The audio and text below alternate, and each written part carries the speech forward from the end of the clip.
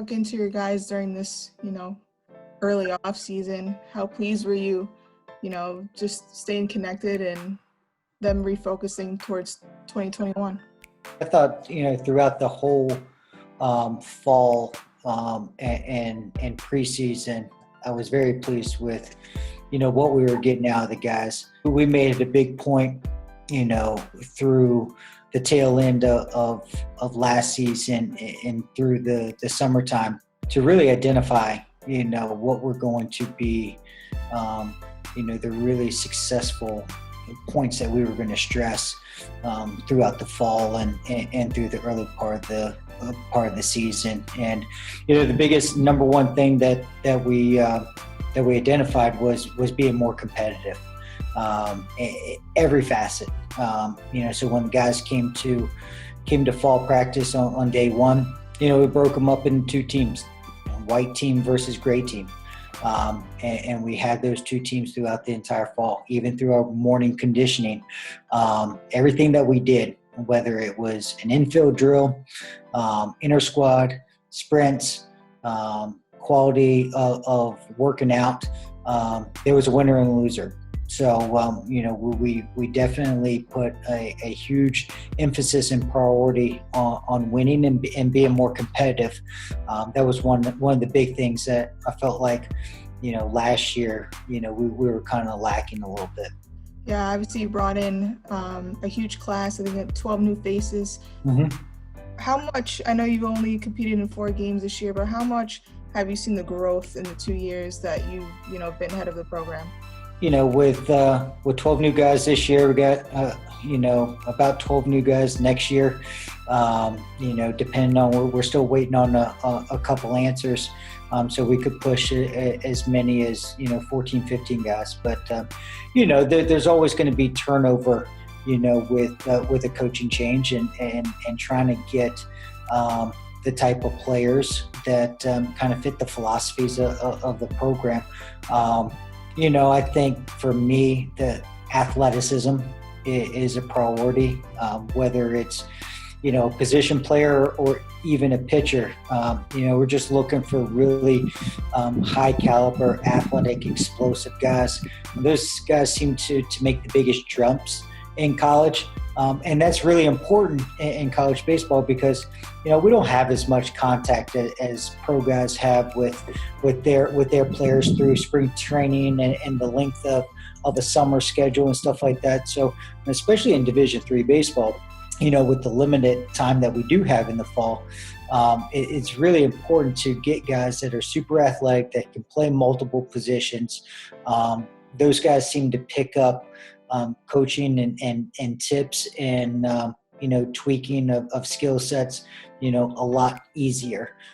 So the biggest emphasis for me from the recruiting process is to, one, identify a guy that, is really athletic and can play a multitude of positions.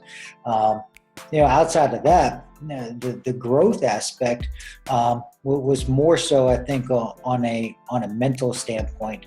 One of the things that we talked with the players at the end of the year last year was, we had high expectations, and every program has high expectations, when they come into a new season. But we have to stress that the fact that, expectations don't match success. And we use this phrase a lot throughout the fall. You may not always rise to the level of your expectations, but you'll always fall to your level of preparedness.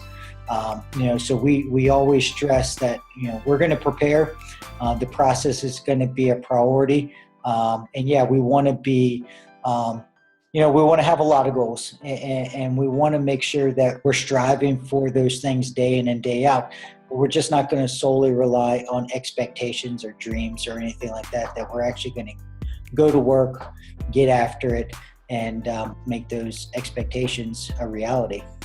Yeah, with that being said, with all the guys that you brought in and a lot of the guys that you're returning, high-level character guys, how do you feel like closing the gap with some of the top teams in the SUNYAC, which happens to be some of the top teams in the nation?